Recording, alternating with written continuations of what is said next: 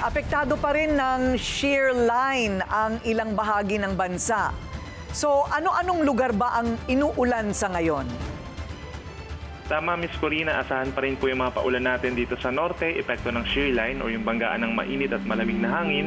Asahan yung mataas na tsansa sa may Cagayan, Apayao, and Kalinga. Mataas pa rin ang banta ng baha at pagguho ng lupa. Sa may Batanes naman yung Amihan, nagdadala lamang po ito ng may hinang mga pag-uulan at ang natita ng bahagi ng bansa, mayroong mga localized thunderstorms or pulupulong pag-ulan within the next 12 hours po.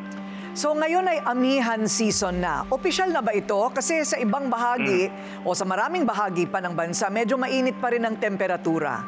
Tama po. Nung kalagitnaan ng Nobyembre, nag-start na tayo ng amihan season. Pero ang projection po natin is gradual yung mga lugar na maapektuhan po nitong amihan. So magsisimula tayo sa Northern Luzon, tapos lalakas at lalakas po yung amihan pagsapit ng Disyembre and Enero.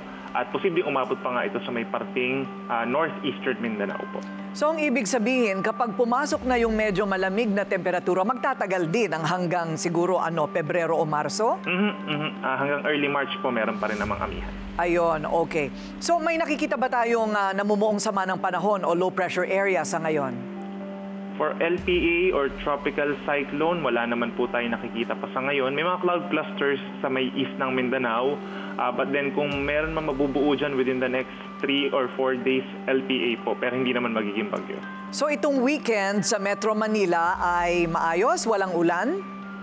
For Metro Manila, may mga times na magkakaroon ng mga saglit na ulan. Pero most of the time naman is partly cloudy skies. Okay, maraming salamat, Pag-asa Weather Specialist Benison Estareja.